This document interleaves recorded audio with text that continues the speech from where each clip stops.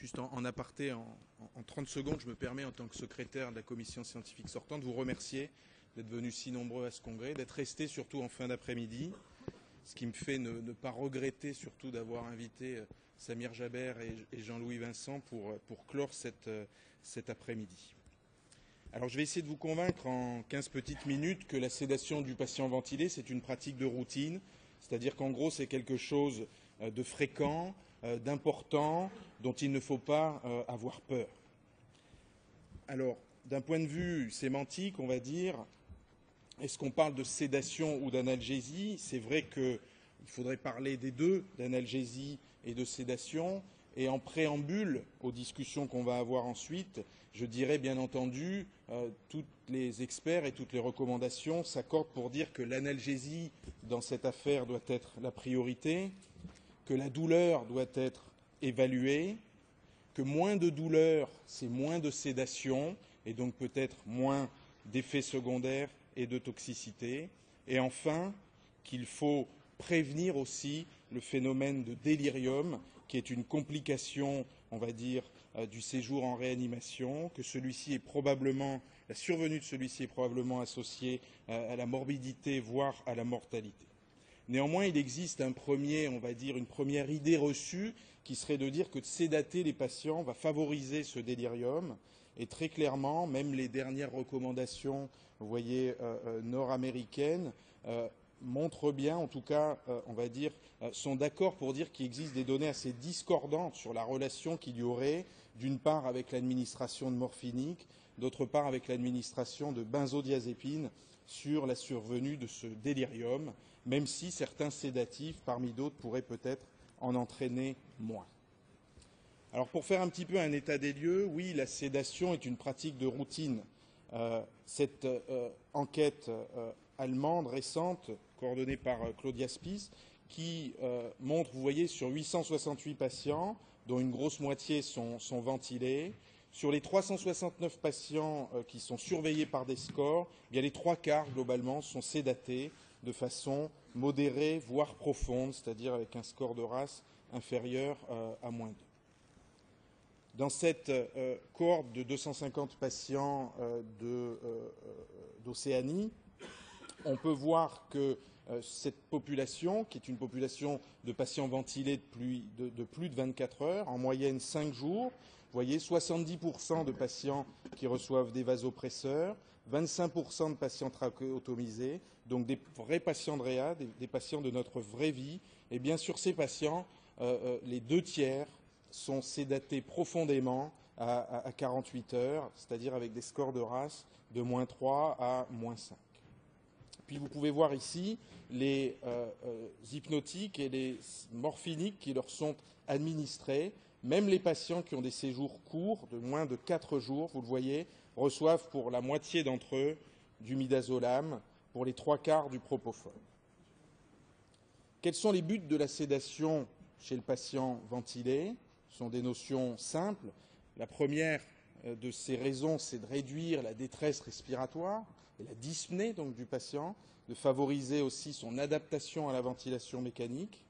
Et à ce titre, je vous rappelle, Jean-Daniel Chiche nous a montré des résultats préliminaires d'une grande étude sur 10 000 patients dans le monde entier, qui montre globalement qu'à un moment donné, 20% des patients ventilés ont des critères de SDRA. Donc ces patients-là ont probablement besoin d'être sédatés. Par ailleurs, la sédation, ça permet de réduire la consommation d'oxygène et donc la production de CO2 chez les patients en état de choc. Et là encore, c'est 1/3, voire la moitié des patients de réanimation qui présentent à l'admission un état de choc. Enfin, c'est chez les patients cérébrolésés protéger le cerveau de l'œdème et l'ischémie, et puis de façon évidente, mais on en a peut-être moins conscience ces derniers temps, c'est réduire l'anxiété du patient.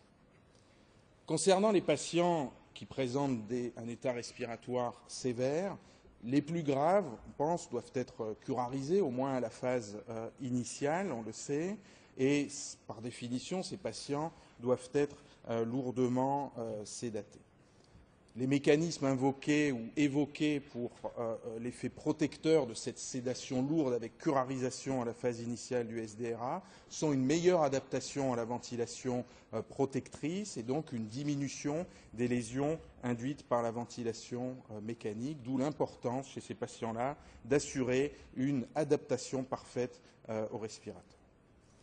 Je me suis permis d'utiliser cette diapositive de Samir Jaber, soulignant bien la survenue chez les patients en ventilation contrôlée avec une inactivité diaphragmatique, la survenue d'un affaiblissement de la force du diaphragme, comme vous le voyez, en soulignant quand même le fait que ces phénomènes de diminution de la force diaphragmatique et d'atrophie diaphragmatique sont des phénomènes qui sont réversibles.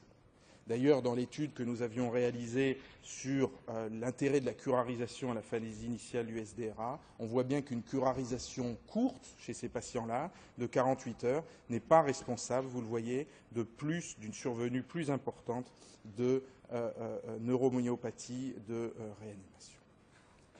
Parallèlement, une ventilation protectrice est devenue une priorité dans notre stratégie de prise en charge des patients sous ventilation mécanique. Et la deuxième controverse en sera l'illustration, non seulement chez les patients SDRA, mais aussi chez tout autre type de patients. En ce qui concerne les patients, on va dire, les plus sévères en SDRA, je vous cite l'exemple de ce patient, qui est une expérience de notre service, où ce patient qui s'améliore après quelques jours de ventilation donc contrôlée, curarisée, présente une amélioration de ses échanges gazeux. Il peut être mis en VSED avec une diminution donc importante de la sédation. Et qu'est-ce qu'on observe 12 heures à 24 heures après? C'est une réaggravation très importante de son état respiratoire. Cette réaggravation est probablement multifactorielle, bien entendu, mais il n'est pas exclu que dans ce type de situation, le passage avec la baisse trop rapide, peut-être, de la sédation d'un mode de ventilation contrôlé à gauche à un mode de ventilation en pression de type VSED à droite, puisse être responsable en partie de cette réaggravation, puisqu'une fois que le patient, on va lui permettre d'avoir des efforts inspiratoires importants, eh bien on va risquer d'avoir, par le biais, vous le voyez, de l'addition à droite de la pression liée à la pressurisation par l'aide et de par l'effort inspiratoire du patient, une augmentation majeure de la pression transpulmonaire et des volumes courants qui puissent être responsables de lésions induites par la ventilation. Ça avait d'ailleurs été montré sur des modèles animaux, où vous voyez ici en rouge des animaux dont on a lésé les poumons et à qui on va laisser une ventilation spontanée très active dans les suites de cette lésion et qui vont présenter, vous le voyez, des pressions transpulmonaires beaucoup plus importantes que si on curarise ces animaux et au bout du compte, des lésions pulmonaires histologiques beaucoup plus marquées. Donc le but pour moi est de vous dire que chez ces patients-là, un arrêt brutal ou un allègement trop important de la sédation peut contribuer à des réaggravations de l'état. Alors très clairement, la littérature est en faveur d'un lien entre le fait de sédater les patients de manière lourde et continue et un allongement de la ventilation mécanique. C'est bien connu depuis maintenant 15-20 ans, mais c'est presque enfoncer une porte ouverte. On sédate plus les patients les plus graves et donc qui vont être ventilés le plus longtemps. Plus près de nous, la même cohorte dont je vous parlais tout à l'heure, de 250 patients dans 25 services de réanimation, patients ventilés plus de 24 heures, pour lesquels très clairement on voit un lien entre la profondeur de la sédation en trait hachuré et la durée et la survie en réanimation. Là encore une fois, le lien direct entre sédation et survie est quand même assez difficile à mettre en évidence. Quelques études interventionnelles ont été réalisées visant à nous encourager à moins sédater les patients. La première d'entre elles a une quinzaine d'années et a été réalisée donc par Kress. C'est une étude monocentrique qui avait inclus 128 patients qui étaient randomisés soit pour recevoir une sédation par midazolam morphine ou propofol morphine, et dans l'autre groupe interventionnel, on arrêtait quotidiennement cette sédation. Il n'y avait pas de protocole, pas de mesure de score de sédation, et cet arrêt quotidien, sous la surveillance de personnel, faisait l'objet soit d'un arrêt complet, soit d'une reprise si nécessaire. Il s'agissait de patients relativement lourds, quand même, avec des patients SDRA, BPCO, sepsis.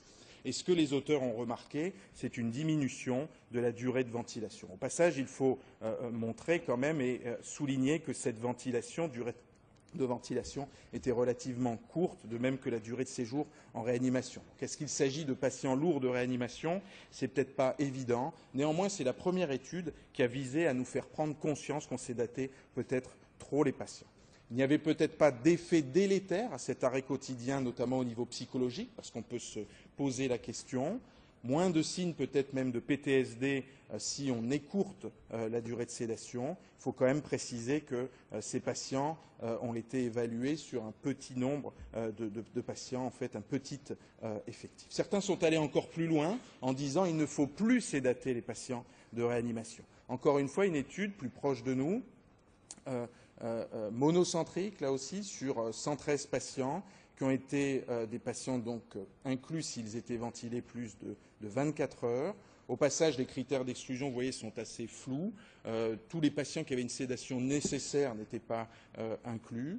Les patients étaient randomisés en un groupe sans sédation, c'est-à-dire morphine en bolus seul, versus un groupe contrôle qui était en fait globalement le groupe interventionnel de l'étude de CRES, c'est-à-dire une sédation continue avec un arrêt quotidien et une reprise à demi-dose au réveil si nécessaire.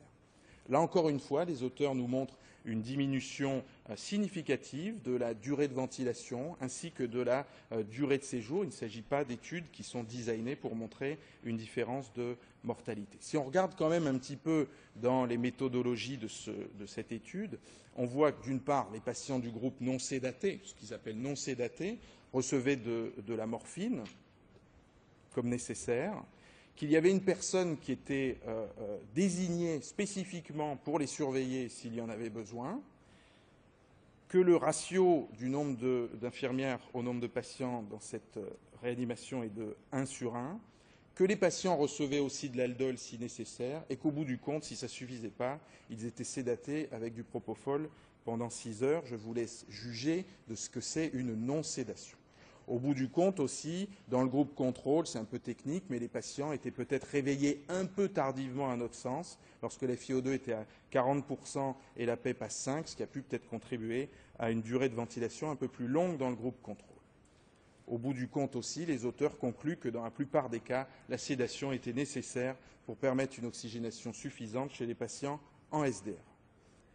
Au bout du compte, finalement, si on intègre toutes ces données, ce qui paraît le plus, on va dire, raisonnable, ce n'est pas la peine de lire tout ça dans le détail, c'est ce qui a été proposé maintenant depuis une quinzaine d'années, c'est-à-dire d'avoir dans son service des protocoles adaptés de sédation, idéalement gérés par les infirmières, dont l'efficacité a été montrée, permettant là aussi une diminution de la durée de ventilation.